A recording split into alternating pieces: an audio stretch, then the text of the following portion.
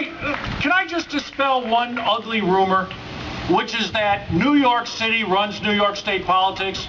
Let me tell you why it's wrong. When you look at the 2010 Carl Palladino race and the 2014 Rob Astorino race, and you look at who showed up to vote, and then you do a little research into the numbers, there's a couple things that come out. Number one, 37% of the 18 and over population of New York City cannot vote because they are either illegal aliens or other non-citizens and don't have the right to vote. And people say, there's a lot of corruption. That's actually not true. I'm on the Elections Law Committee. We've dug into this. 37% of the people 18 or over in New York City cannot and do not vote. So that huge population that you see there, over a third of them, just take it off the top. Then you look at the population of Suffolk County that tends to vote a lot more like us, and all of upstate New York, north of the Bronx, starting with Rob Astorino's Westchester County. And if we get our folks registered and get out to vote, we have well over 50% of New York State's voting population. The challenge is for us to get our friends, the people that we see in church, the gun club members, the Rotary Club members, the people that our kids go to school with, everybody in New York State, if we simply get registered, we can make the difference. We can make Wendy Long the next senator from the Empire State. We can make the next Republican gubernatorial candidate, Governor Rob Astorino. We can make sure that people from New York City don't necessarily win in a walk. They're counting on us not to show up. Andrew Cuomo wants us to think, oh, it's all over. New York City's going to control the election. It simply is not true. And we can elect Wendy Long and our other conservative Republican candidates who are going to support and defend the Constitution of the United States and all of its amendments. We can elect them to statewide office. But it takes your help. It takes your dedication. And I'll tell you this, and I've told this story, talked about it on the radio. I had a member of the state Senate walk up to me one day back in 2013.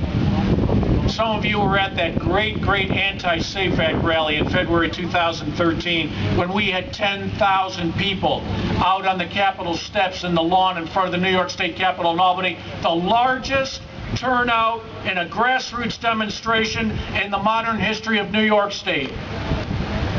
And the state senator walked up to me and he said, "But Bill, I went to one of those anti-SAFE Act rallies in my district.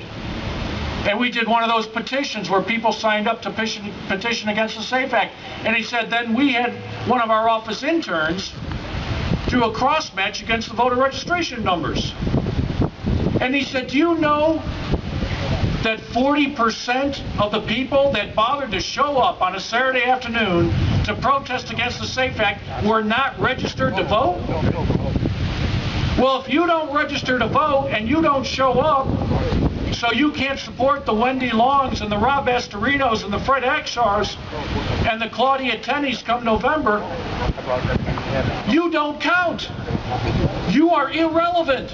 And that is exactly the way Andrew Cuomo and Chuck Schumer want it. Every one of us has got to be registered to vote. I hear excuses. I hear people say, oh, I don't want to be called up for jury duty. Well, excuse me, do you have a driver's license? If you have a driver's license, you're on the jury duty list. And registering to vote has nothing to do with it. People who don't want you to vote will tell you things like that.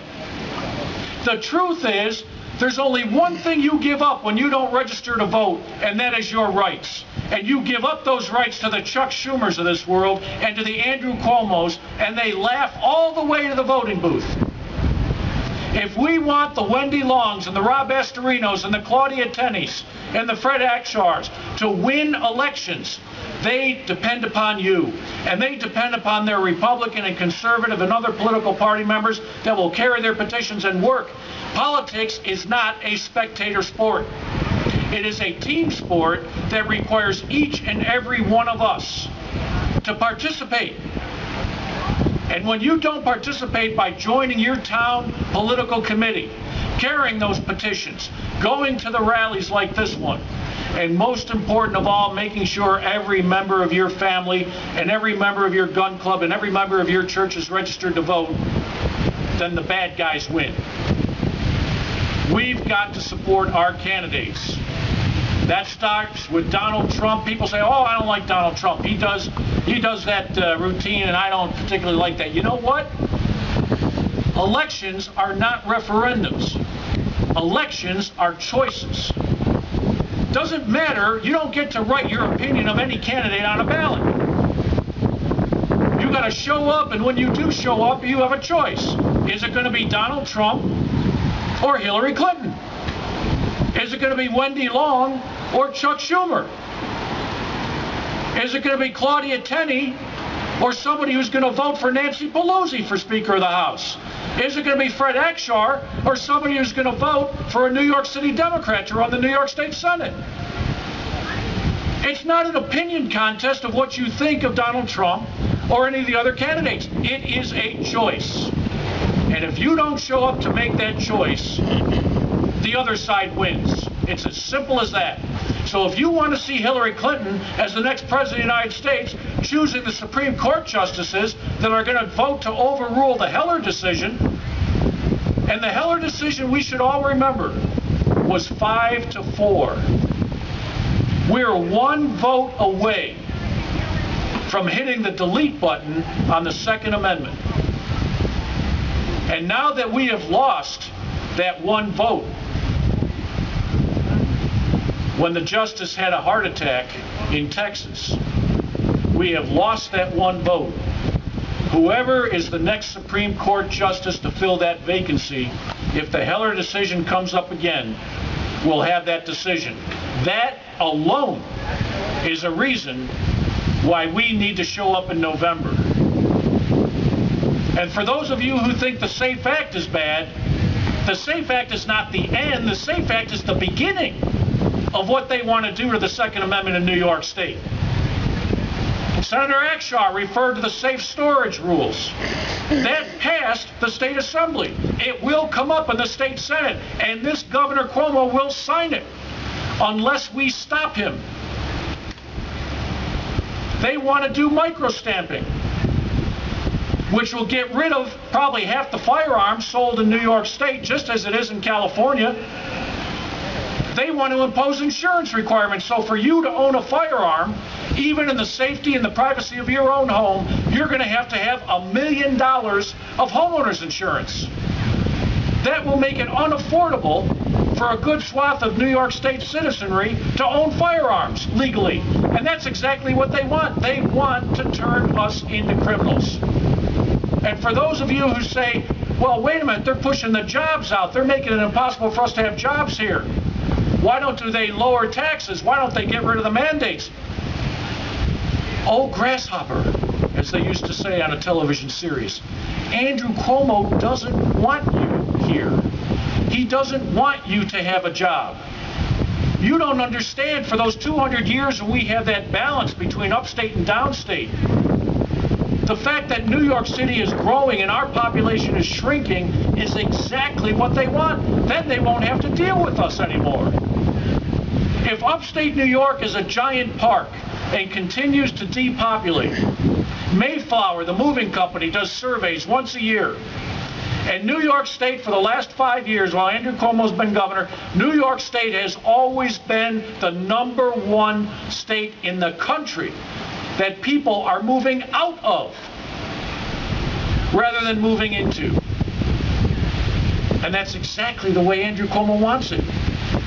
The more of them in New York City that will vote for him and his liberal friends, and the fewer of us in upstate New York who have jobs